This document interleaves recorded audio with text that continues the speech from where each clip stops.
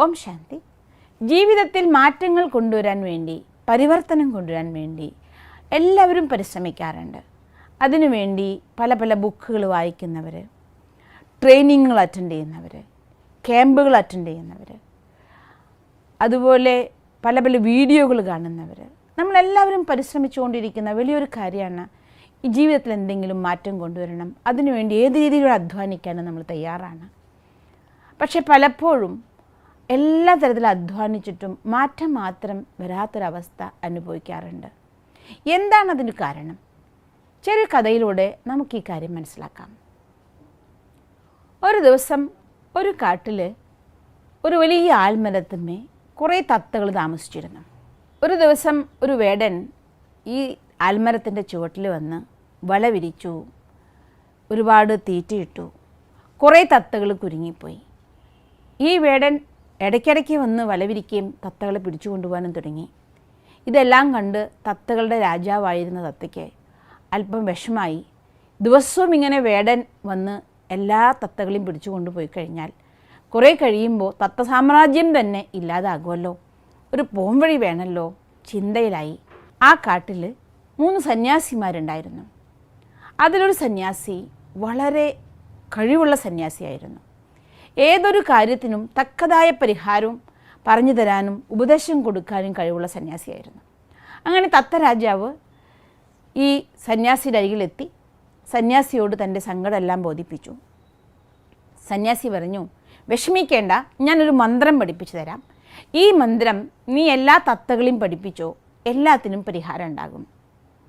മന്ത്രം എന്തായിരുന്നു വെച്ചാൽ, വേടൻ വരും, വലവിരിക്കും, തീറ്റയിടും. ഈ 3 കാര്യങ്ങൾ എല്ലാവരെയും പറഞ്ഞ് പഠിപ്പിച്ച് ബോധ്യപ്പെടുത്തണം. തത്തകളുടെ രാജാവായിരുന്ന തത്തയ്ക്ക് ഒരുപാട് സന്തോഷമായി.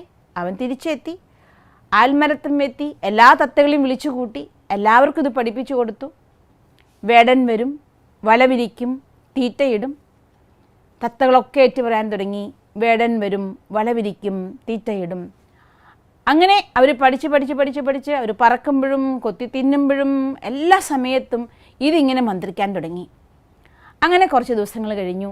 വേടൻ വീണ്ടും വലയും കൊണ്ട് എത്തി.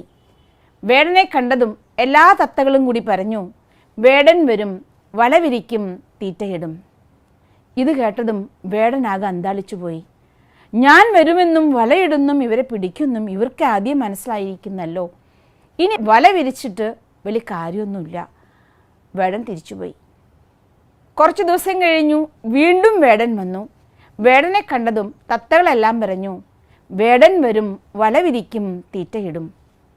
ഇത് 2-3 പ്രാവശ്യം ആവർത്തിച്ചപ്പോൾ വേടനും ചിന്തയിലായി. തത്തകളെല്ലാം ഞാൻ വരും മുന്ന് തന്നെ, ഞാൻ വരുമെന്നും അവരെ പിടിക്കുമെന്നും മനസ്സിലാക്കി കഴിഞ്ഞാൽ എൻ്റെ കഥ കഷ്ടമാണല്ലോ. എൻ്റെ ആഹാരത്തിനുള്ള വഴിയിലൊന്നല്ലേ ഇവരെ പിടിക്കലും വിൽക്കലും ഒക്കെ. ഞാൻ എന്ത് ചെയ്യും? ശരി, ഈ കാട്ടിലൊരു സന്യാസി ഉണ്ടല്ലോ, ആ സന്യാസിയുടെ അടുത്ത് പോയി ഞാൻ പരിഹാരം തേടട്ടെ. തത്തരാജാവ് പോയ അതേ സന്യാസിയുടെ അടുത്തേക്ക് തന്നെ വേടനും ചെന്നു. വേടൻ പറഞ്ഞു, തത്തകളെല്ലാം വളരെ അറിവുള്ളവരായിരിക്കുന്നു.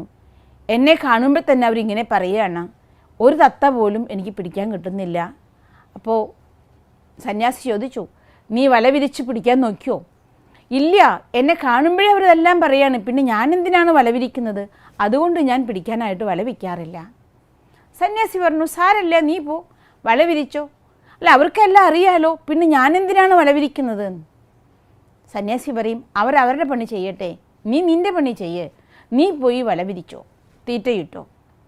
അങ്ങനെ സന്യാസിയാണല്ലോ പറഞ്ഞിരിക്കുന്നത്, അവിടുത്തെ ആശീർവാദം എനിക്കുണ്ടല്ലോ എന്ന ധൈര്യമൊക്കെയായി വേടൻ വലയുമായി തീറ്റയുമായി ആൽമരത്തിൻ്റെ ചുവട്ടിലെത്തി. വേടനെ കണ്ടതും തത്തകളൊക്കെ പഴയപടി പറയാൻ തുടങ്ങി, വേടൻ വരും, വലവിരിക്കും, തീറ്റയിടും. ഒരു നിമിഷം ചിന്തിച്ചു നിന്നെങ്കിലും സന്യാസിയാണല്ലോ പറഞ്ഞിരിക്കുന്നത്, അദ്ദേഹത്തിൻ്റെ ആശീർവാദം എൻ്റെ കൂടെ ഉണ്ടല്ലോ. ധൈര്യപൂർവ്വം വേടൻ വല വിരിച്ചു, തീറ്റയിട്ട് ഏതാനും നിമിഷങ്ങൾക്കകം തത്തകളെല്ലാം വന്ന് വലയിലിരുന്നു, അതിൽ കുരുങ്ങി. സന്തോഷമായി വേടന്. ഓ, സന്യാസിയുടെ അനുഗ്രഹം, ഗുരുവിൻ്റെ അനുഗ്രഹം എനിക്ക് കിട്ടിയിരിക്കുന്നു, എനിക്കിന്ന് തത്തകളെ കിട്ടിയിരിക്കുന്നു. സന്തോഷത്തോടു കൂടി ആ വലയിലുള്ള തത്തകളെയും കൊണ്ട് തന്നെ ഈ സന്യാസിയുടെ അടുത്തേക്ക് വേടൻ എത്തിച്ചേർന്നു. നന്ദി പ്രകടിപ്പിക്കാനാണ്. ഗുരു എനിക്ക് പറഞ്ഞു തന്നു, ഗുരുവിൻ്റെ ആശീർവാദ പ്രകാരം എനിക്ക് തത്തകളെ കിട്ടി. ഈ സന്തോഷത്തോടെ വേടൻ സന്യാസിയുടെ അടുത്തെത്തി. സന്യാസിയെ കണ്ടതും തത്തകളൊക്കെ വീണ്ടും പറഞ്ഞു, വേടൻ വരും, വല വിരിക്കും, തീറ്റയിടും. സന്യാസി ചിരിച്ചു. വേടൻ അത്ഭുതപ്പെട്ടു, ഇവരെന്തിനാണ് ഇപ്പോഴും ഇത് ആവർത്തിച്ച് പറയുന്നത്? അപ്പോൾ സന്യാസി പറഞ്ഞു, ഇപ്പം നിനക്ക് മനസ്സിലായല്ലോ എന്തുകൊണ്ടാണ് നിനക്ക് ഇവരെ കിട്ടിയതെന്ന്. നിങ്ങൾ ആലോചിച്ച് നോക്ക്, നമ്മളിൽ പലരും ഇതുപോലെ ഈ തത്തകളെ പോലെ ആകാറുണ്ട്. ഒരുപാട് കാര്യങ്ങൾ പഠിച്ചു വയ്ക്കാറുണ്ട്. പക്ഷേ പ്രവർത്തിക്കേണ്ട സമയം വരുമ്പോൾ ഒന്നുപോലും പ്രവർത്തിക്കില്ല. പണ്ഡിത ശ്രേഷ്ഠന്മാരാകാറുണ്ട്, പറയുന്നതിൽ മികച്ചവരാകാറുണ്ട്. അവനവൻ്റെ ജീവിതത്തിൽ അതിലൊന്നുപോലും കൊണ്ടുവരാൻ പരിശ്രമിക്കാറില്ല. അതുകൊണ്ട് ഒരുപാട് ട്രെയിനിങ്ങുകളും ഒരുപാട് വീഡിയോകളും ഒരുപാട് കോച്ചിങ്ങുകളും ഒരുപാട് പുസ്തകങ്ങൾ വായിക്കുകയും ഒക്കെ നമ്മൾ ചെയ്യുന്നുണ്ട്. അതിൽ നിന്ന് ഒരു ഇൻഫോർമേഷനെങ്കിലും നമ്മൾ പ്രവർത്തിക്കാൻ തയ്യാറായാൽ നമ്മുടെ മാറ്റം തീർച്ചയായും സംഭവ്യമാണ്. ഇൻഫോർമേഷൻ്റെ കുറവ് കൊണ്ടല്ല, പ്രവർത്തനത്തിൻ്റെ കുറവ് കൊണ്ടാണ് നമുക്ക് മാറ്റം വരാത്തത്. നിങ്ങളും നിങ്ങളുടെ ജീവിതത്തിൽ പരിശോധിച്ച് ഏത് വലയിലാണ് നമ്മൾ കുരുങ്ങിയിരിക്കുന്നത് എന്ന് മനസ്സിലാക്കി അതിൽ നിന്ന് ആ വലയെ പൊട്ടിച്ച് അവനവൻ നേടിയ അറിവുകളിൽ ഒന്നെങ്കിലും പ്രവർത്തിച്ച് മാറ്റം കൊണ്ടുവരാൻ സാധിക്കുന്ന വിജയികളായി മാറട്ടെ.